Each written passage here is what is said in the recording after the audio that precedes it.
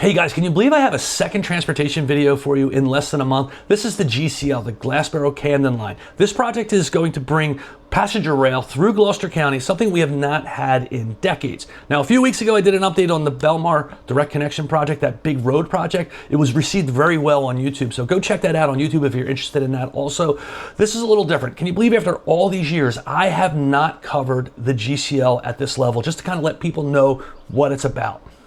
We're going to cover what is the GCL, why are they building it, what are the benefits, who is sponsoring it, how is the process, to get this thing developed, how are they doing that, what's the current status, this 30% design aspect, an overpass rebuild. There is an overpass that could potentially start reconstruction this year, early next year.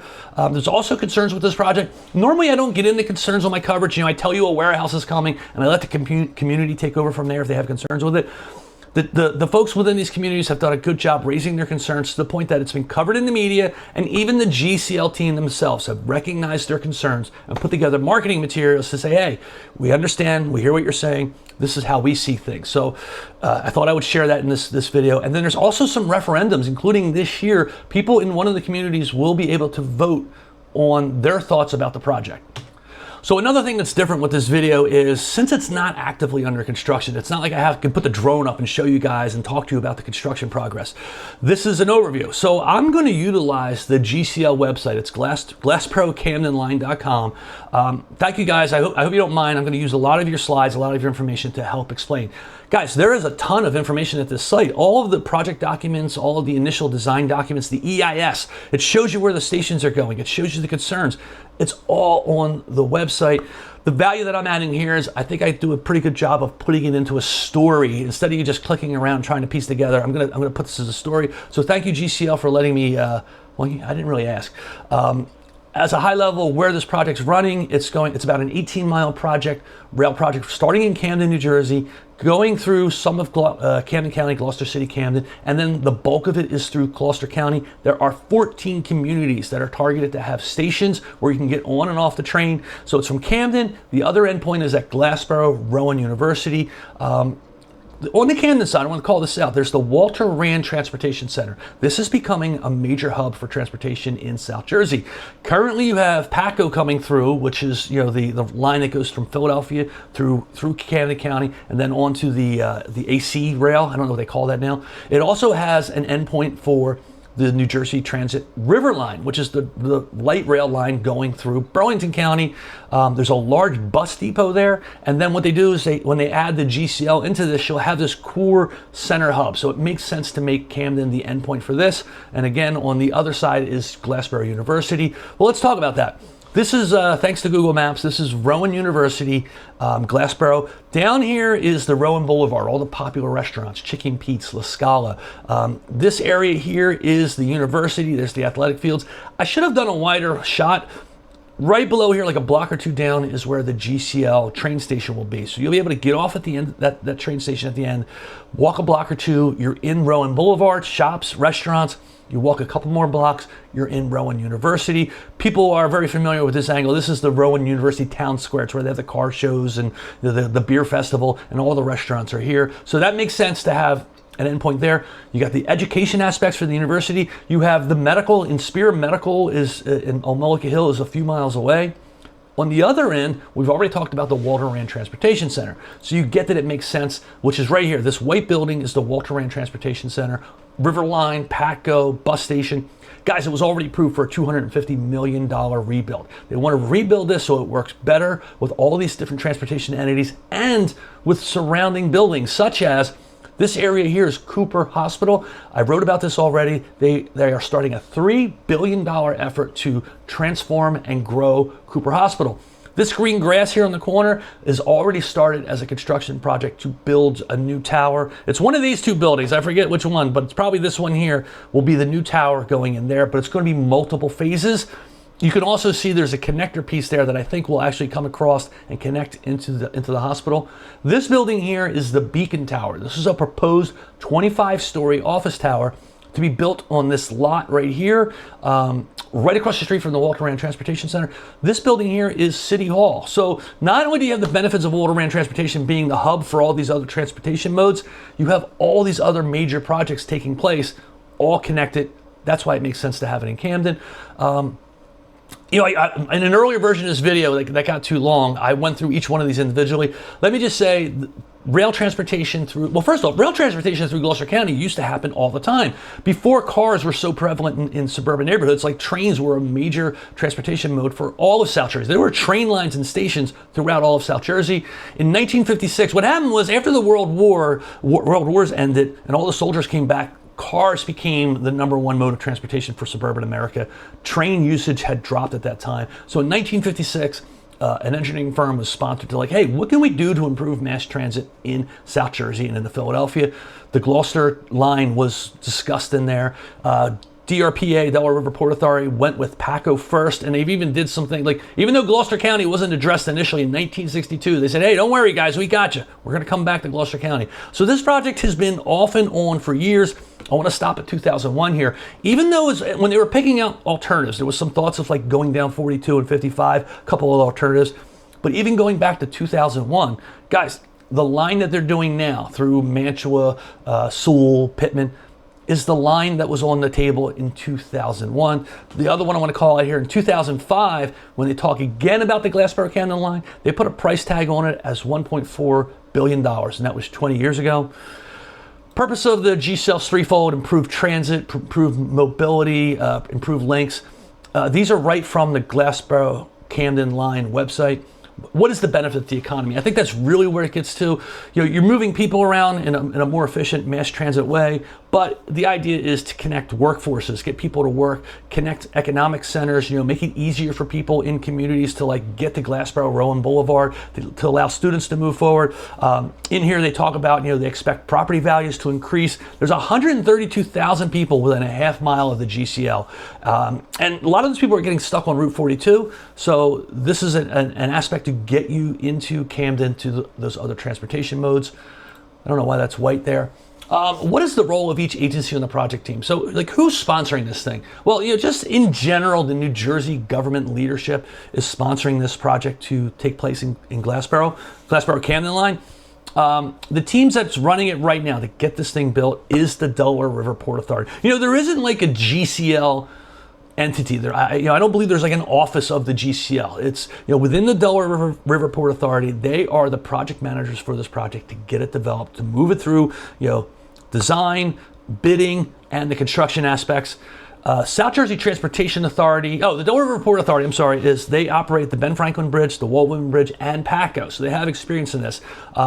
So they are the guys that are getting this built. South Jersey Transportation Authority operates the Atlantic City Expressway, the Atlantic City Airport, and also some other commuter aspects down in Atlantic County. They put up the $200 million to initially fund the design aspects of the GCL project. So even with these two entities involved in the project, when it's completed, they will not operate the GCL. That will be turned over to New Jersey Transit. New Jersey Transit, operates the bus lines in New Jersey. They operate all the train lines, from Hamilton, Trenton up into New York. They operate now the river line. So you'll have the river line. They'll also have the GCL. More content from the GCL folks. This is their project phases. Currently, they're in preliminary engineering design, PED. This part, that $200 million from the South Jersey Transportation Authority, a portion of that was used to fund this effort. It's a multi-year effort. I think it's going to wrap up the end of this year or early next year. The goal of this is to get the project to a 30% design aspect. Not 30, if there's 14 stations, when they say 30%, it doesn't mean they fully design just 5 of the stations and move to the next 4 and then move to the next 4. No, what they mean is across the board, they want to get it down to a 30% design, and they're going to use this design, build, operate, maintain construction process that is part of the Federal Highway Administration game plan. Now, what I mean by 30% design, they have an analogy on their website about building a park. I have my own version that I think may connect with the average citizen. say you want to build a pool in your backyard and you talk to your spouse about it. And at the time you're just talking, you have some ideas like, look, I see this area over here. I want this to be the pool. We'll take out that tree. How about a hot tub here? We'll put a little area for a picnic table, a little bar over here. But you don't fully know the cost. You can kind of guesstimate. You've Googled online. You think it's going to be like a $65,000 project. But then you go out and you talk to some pool contractors and they come back. 3 different people come back with different ideas. One guy says, hey, let's do it in vinyl. Another guy says, let's do it in gunite. And they come up with different, it's still within your core requirements, but they come back with different design aspects.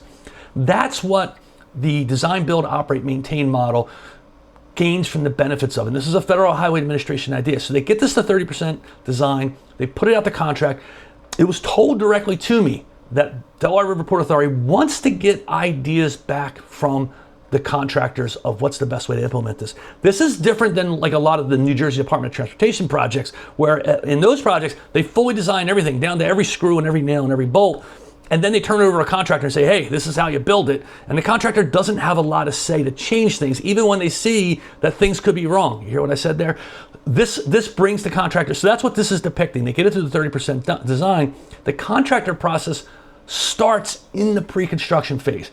Now I'm showing this screenshot here. This is Penn's Landing in Philadelphia. That is 95. I don't know if you know this. They're doing I think it's like a $300 million project to put this cap over Penn's Landing to reconnect Philly with Delaware River. Guys, this project is being developed in the exact same model. It's actively in construction. I'm gonna have the drone up there soon. I think I'm gonna share that with you guys. So that's how they're gonna build this thing.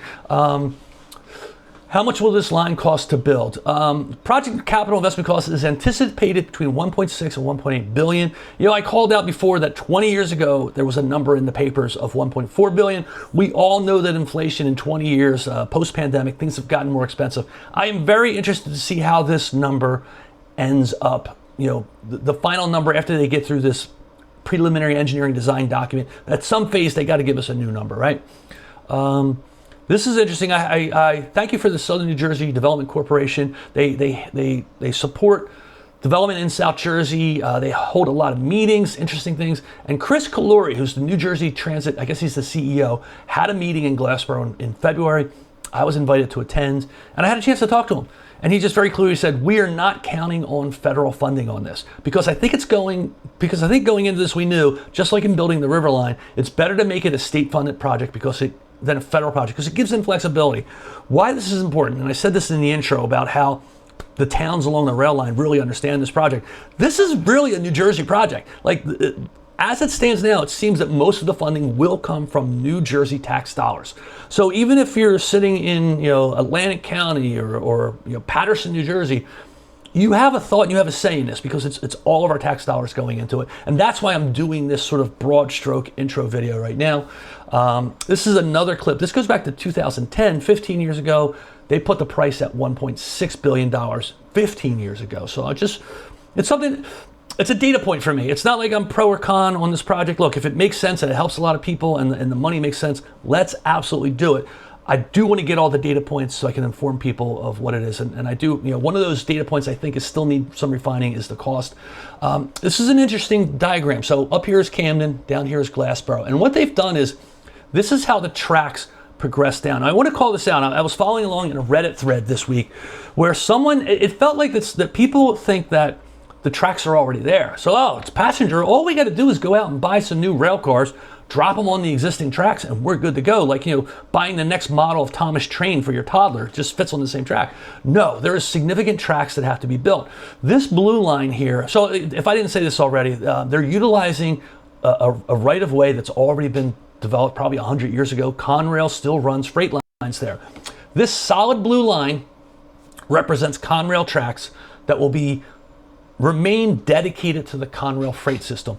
It ends here north of between Gloucester City and Camden, because I believe this is where the South Jersey port is, the Holt place. So at this point, the lines probably tail off and go to the river. The Glassboro Camden line needs to continue on. So for example, from Camden, the Walter Rand Transportation Center, to this point here, they have to build 2 complete new lines for the GCL. Now the right of way is there. There used to be rail lines there, but they have to put new rail lines in. All of this orange is new GCL line. When you get down here from, like, say, Winona into Glassboro, this blue and orange line, that is actually finally a shared line where both Conrail and the GCL will operate it. But even then, they have to build a GCL new track all the way through here. And in some areas, look at this, there's probably some points where they realize, just to manage moving a trains back and forth, they have to have like switch off lanes.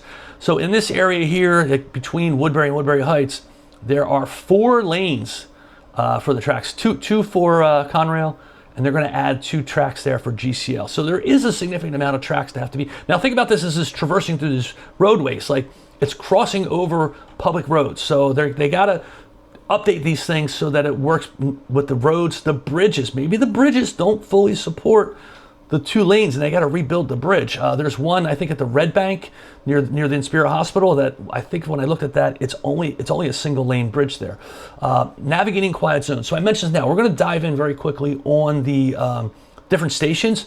So quiet zones are, one of the concerns of the public is it's an actual federal law. This is right on the GCL, like they're very upfront with this, that as a locomotive crosses over like a public grade intersection where cars or pedestrians are, it has to blow the horn for 15 to 20 seconds, not more than a quarter mile away. It's a loud horn. Now this is a pedestrian, a public passenger rail line. It's going to come like every 15 minutes, maybe 7.5 minutes because it's coming in each direction. And the community is like, hey, well, we don't want this loud horn. So you're allowed to establish quiet zones. And what that means is if you put extra safety features in that intersection, you don't need to blow the horn. One of the concerns of the public has been that there was this thought that the towns themselves would have to apply for these quiet zones and the towns would have to pay for the process, which could be expensive. Right here on the GCL website, they're saying, there will be no cost to towns along the corridor who choose to apply for quiet zone designation. Now, what this means is, here's an intersection from the GCL folks. You have the 2 lines of the train coming through. Here's the roadway. One of the key aspects is it's a 4-gate system. 1, 2, 3, 4, both directions. Even, is someone going to drive backwards on the roadway to come through? Likely not. But to get this quiet zone designation, you need to have that. So there's an approval process, there's a development process, and the GCL is saying where that is needed, they will pay for it. And I say that right before we dive into the overview of the stations. So let's take a look at the designs for each of the stations. There's multiple images on the GCL website for each of the stations. I'm going to focus on just 1 or 2 to get this moving along. I skip over Walter Rand because that's being redesigned as that central hub. This is Landing Square. This is a couple blocks off of Cooper Hospital and will likely be the main station to access Cooper Hospital. In this area is the Burt's Sandwich Shop. I stopped there at a really good cheesesteak. I got to go back and do a fun little video with them. It's raised here just like the Paco line. It runs along the 76 roadway heading to Ben Franklin Bridge. Next one is South Camden. Again, another raised design where you're parking on the grade level and you're going up to the train. You have ADA elevators, you have stairwells. Some of these depictions from the GCL team have these overhead maps. So in this area, you have a lot of houses that were developed on the eastern side. This townhome apartment community is much larger than the depiction here. Over a few blocks to the west is the South Jersey port. So that could be another reason for people to use this exit. On this side, though, you probably see some opportunities for economic growth by putting a train station here. They have a parking lot here. That's on the ground level. You would go up. I've actually been to pretty much every one of these train stations. I was here with a friend. There's like an old bar there at the building. I believe that's all going to be cleared out and demolished to make room for the parking lot. Gloucester City, all grade level. Parking's grade level. The station is grade level. It's located on Cumberland Street. Here's the railroad tracks. This is a large storage facility, just a 1-story storage facility. A couple of houses here in the area. You see the parking area here and then the train station. I talked to some of the locals in the area when I was there, and 1 or 2 of them didn't know that this was coming. So this is part of the reason why I'm doing this video, because even within this community, I talked to people who lived right there and they weren't aware that this was planned for their neighborhood. Crown Point is another ground level station. See the railroad tracks. This is in the area, like down here, just like a block away, is where the old Hot Shots bar used to be. I think it's still open. It's called Game Time. There's a liquor store there. So this is like Westville area. There's a large parking lot here. You see the train station. The entrance, it appears that the entrance to this station, though, even though this is the main roads that people drive, you're coming from the Brooklawn circles and whatnot, it appears that it's on the Broadway side of things, which is also very accessible. Large parking area there. they did a combination of where there was land available to build parking lots and also the need for it. Like, is there a big community there that would be commuting and driving? That exit for the Crown Point also puts it close to like 295. So people can get off 295 in that area and then pop down to that parking lot and get on the train. Red Bank gets us close to the Woodbury and Spear Hospital. It's now closed. In fact, I have to do an update. Guys, they're getting ready to finally start tearing down the Woodbury and Spear Hospital. It's going to be like a 6 or 7 month project. This is Red Bank. It's raised up for the station because the tracks are raised in this area. There's also like a shopping center on the other side. I think there's is there a Dollar Tree in that shopping center? So that's the Red Bank. Woodbury, by the way, I've been to all these stations. This is the actual depiction of the houses there, all ground level. There's already a large parking lot in this area, so they're going to get to utilize that parking to support this train stop.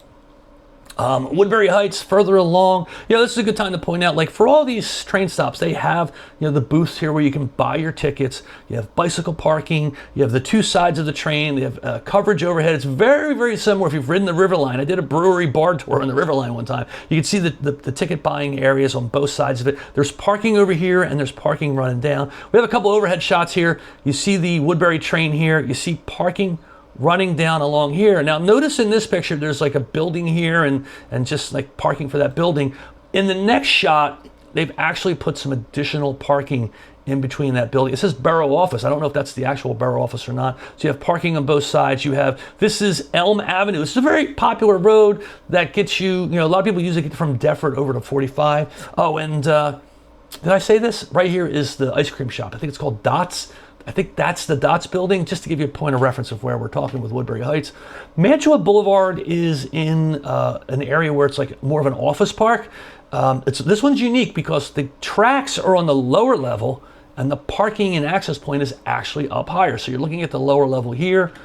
You can see this is an existing warehouse. This is Mantua Boulevard. This is the train station parking area here. Again, this is below grade. You got plenty of room to park, and there's still space here to develop additional warehouses.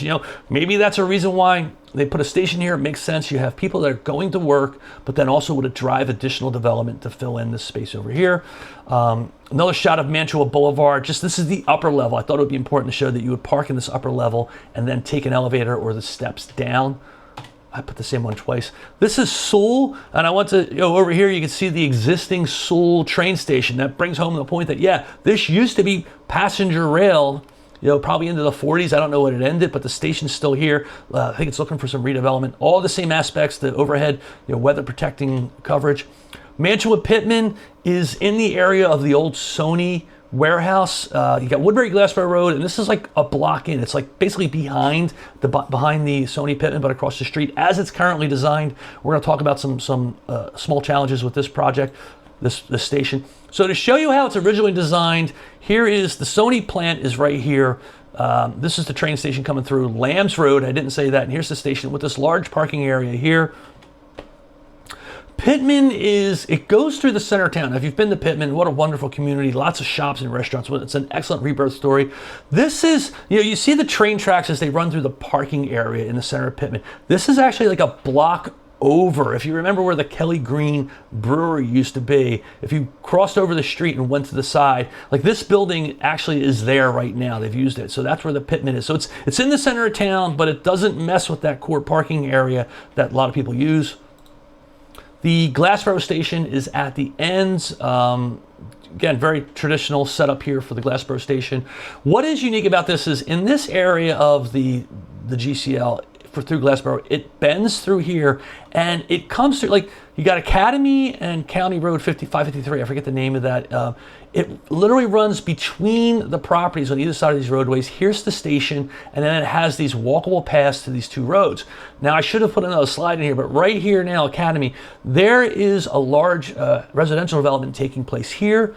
Across this, on this corner here is where the Bogies family, the Bogies from Pittman at the golf course, they were approved for a new location, would be a second location for a restaurant and event space there. And then all this area here, like where the library is, and that's all going to be redeveloped with new housing. And this is going to be sitting in the middle of it. Of course, it's a couple blocks from Rowan Boulevard and then the university. Maybe I should have done a broader map there. So this is the station we just looked at. They're going to need some support facilities for this project. So when you get into Glassboro, the trains will be able to do a fork. They can go to the station, but at times they're going to have to come to what will be the Glassboro Vehicle Maintenance Facility. It's a large property. It'll allow them to store trains. It'll allow them to bring the trains in for work. This is in Woodbury Heights, so there's a change here. There's two projects that have been impacted, two aspects of this project have been impacted by commercial development. This is a vehicle maintenance facility for Woodbury Heights. It's a beautiful looking facility, nice design. I put status here. This is the property here. It's in Woodbury Heights. Here's the railroad tracks. This is a suburban community. There was a facility here. I think a construction facility. I think they built doors or windows. I forget what it was. It's long ago been demolished. Guys, it was already approved for apartments. So this is one of the challenges of the GCL. They have to put the time in to design and get this thing approved before they can actually go out and start buying properties. In this case, this property was purchased and approved and is already, this is from like last year, so this is advanced much further. They can no longer build this vehicle maintenance facility here at Woodbury Heights. I talked to the team about this, the GCL team, and I think what they're going to do is they think they're fine. They have that Glassboro facility. Maybe they'll change some of the plans there, but they think they can support the full project without having this property. Maybe that's a cost savings to them. It should be a cost savings. Second challenge where commercial development is kind of stepped ahead of the GCL team is we already looked at this. This is the Sony plan here, and we looked at this station. They call it Mantua-Pittman. Here's the station. Here's the parking area. Well, guess what, guys? Commercial development continued to move forward. GCL did not have a chance to buy this property yet. It was approved for 2 warehouses. There's a smaller one here. Driscoll Foods has one of these warehouses, maybe both. It's a distribution company. But right where the parking lot was planned, a warehouse was approved. So this also impacts this station. I will say that in this area, there are other options. Like even behind the Sony plant, it looks like there's some land available that they could just move the station a little bit and develop it. But I have not heard of what the new plan is. We'll probably see that from the preliminary engineering design document that is scheduled to be finished in likely the next 6 months. Mantua Boulevard Bridge. This is another thing with some progress happening, and I'd mentioned this in the intro that there's a bridge potentially to be rebuilt. So this is the Mantua Boulevard. Back here is where that station would go. They'd have a roadway here, and back in this field would be a parking lot, and there would be a station in this area. This is the bridge that goes over top of the railroads in this area. It's got a pretty steep build to it. They are already this goes back to May. They're already started the process to go out to bid to rebuild this. And you're wondering, like, Mark, well, the GCL didn't start yet, right? What I've been told is, I've covered many of these big bridge rebuild projects, Route 42 and other areas where because of some collapses, because of some infrastructure challenges, because these bridges are like 50, 70 years old, government entities are going through and rebuilding them. New Jersey Department of Transportation, Federal Highway Administration. So in this case, this project is sponsored by the Delaware Port Authority. I believe it's being paid for by NJDOT to rebuild the bridge. The statement is they need to rebuild this bridge regardless of what's going on with the GCL. It's got some, it's getting old. There's some structural concerns there. So, but with this rebuild, they absolutely will be rebuilding it to accommodate the design of the GCL. So it even says here, the project will consist of a roadway bridge replacement over an existing Conrail line that ultimately will be relocated. And when I say relocated, I think what they mean is they're going to just shift it within that space. In fact, if you take a look here, it's wider, and here's the railroad track. It looks like it's not perfectly positioned. So when they rebuild this bridge, which looks like, I'm not an engineer to understand the how solid this is, but it looks pretty old and worn out. They're going to rebuild this. It'll likely be wider, so it'll support additional train tracks. I've been told that could actually start before the end of this year or early next year. There are a lot of people excited to have passenger rail coming through Gloucester County again, but this is a big project, and like any project, with all the excitement and promises, there's concerns. People will start asking questions like, is this the best way to do things? Well, what about this aspect? And with the GCL project, there's people within the community that are raising those questions, to a level that I haven't actually ever seen before.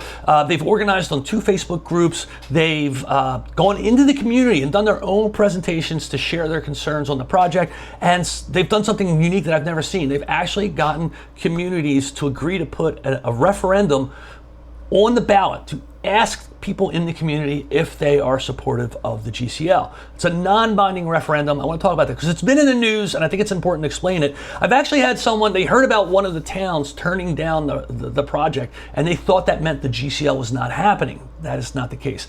So I copied this from one of the Facebook groups. I'm going to share them with you in a second. This was what I believe to be, the Borough of Pittman did agree to put this to vote on a referendum in this election. When they go to the ballots Tuesday, or pre-election, they're going to see this question: do you support the construction of the Glassboro Camden Line coming through Pittman? Yes or no? This has already been asked in other communities along the way. So you got Mantua, Woodbury Heights, Winona, and Brooklawn have had a similar question on their ballots in prior years, and the towns voted no. Glassboro also had a ballot question, and they said yes. Now, non-binding, what that means is these yes or no decisions of the residents in these communities don't actually stop or start the GCL.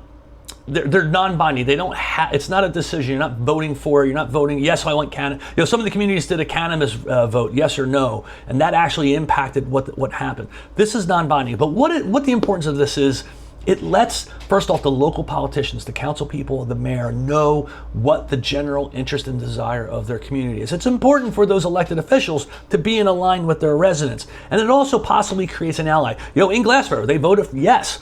The mayor and the council now knows that the Glassboro residents want the project in their community so that when they work with the GCL team, they can represent that. In Mantua, Woodbury Heights, Winona, and Brooklawn, the elected officials now know that the town generally is not supportive of the GCL coming through the town.